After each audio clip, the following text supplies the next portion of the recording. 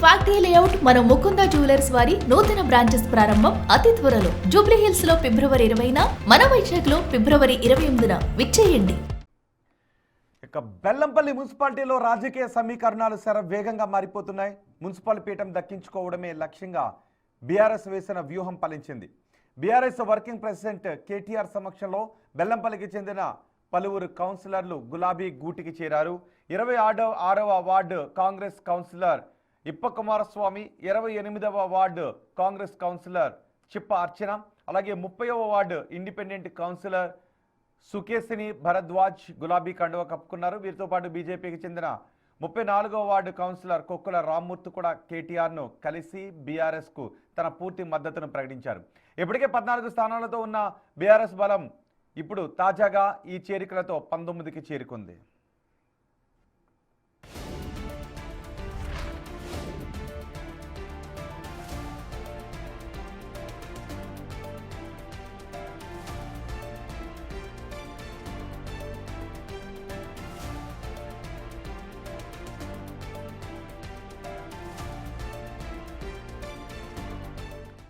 మరింత సమాచారం మా ప్రతినిధి ఇర్ఫాన్ అందిస్తారు.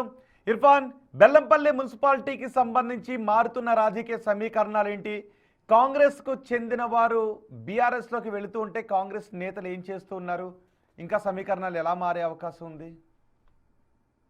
బెల్లంపల్లి మున్సిపాలిటీలో అనూహ్య పరిణామాలు అయితే చోటు చేసుకుంటున్నాయి. అయితే రాజకీయ సమీకరణాలు గంట గంటకు మారుతున్నాయి. అయితే ఇటు 14 స్థానాలు, చెరో 14 స్థానాలు ఇటు కాంగ్రెస్ బీఆర్ఎస్ పార్టీలు గెలుపొందగా, ఇటు ఇండిపెండెంట్ అభ్యర్థులు అలాగే బీజేపీ అభ్యర్థి ఏదైతే మద్దతు చైర్మన్ పీఠాన్ని కైవసం చేసుకోవడానికి అవసరమైంది.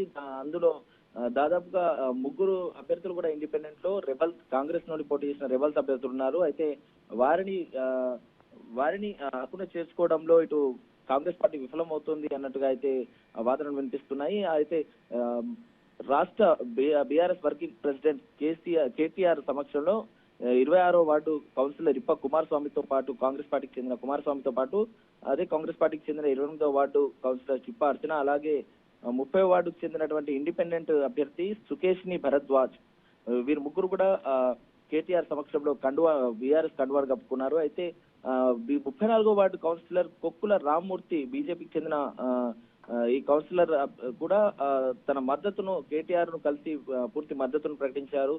దీంతో 14 స్థానాలు గెలుపొందిన బీఆర్ఎస్ కు ఈ 4 చేరికతో 18, అలాగే మరో అభ్యర్థి కూడా కాంగ్రెస్ లో టచ్ లో ఉన్నట్టుగా అయితే సమాచారం అందుతుంది. వీటితో 19. దీంతో బెల్లంపల్లి మున్సిపాలిటీ బీఆర్ఎస్ వశమైపోయినట్టేనా, లేదు కాంగ్రెస్ ఏమైనా మ్యాజిక్ చేయబోతోందా?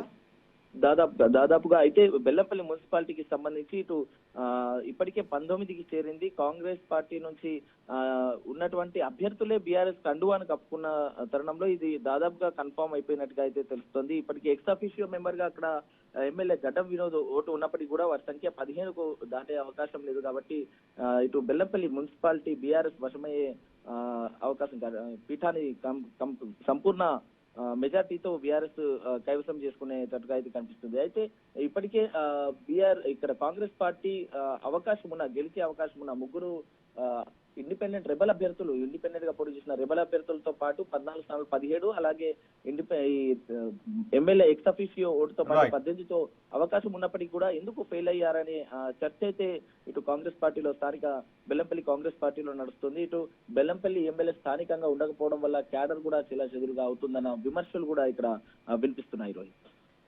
రైట్ ఇర్ఫాన్, బెల్లంపల్లి మున్సిపాలిటీలో రాజకీయ సమీకరణాలు వేగంగా మారుతున్నాయి. బెల్లంపల్లి మున్సిపాలిటీని బీఆర్ఎస్ దక్కించుకునే అవకాశాలే కనిపిస్తున్నాయి. కాంగ్రెస్కు చెందిన కౌన్సిలర్లు బీఆర్ఎస్ తీర్థం పుచ్చుకోవడంతో ఈ సమీకరణాలు చోటు చేసుకుంటున్నాయి.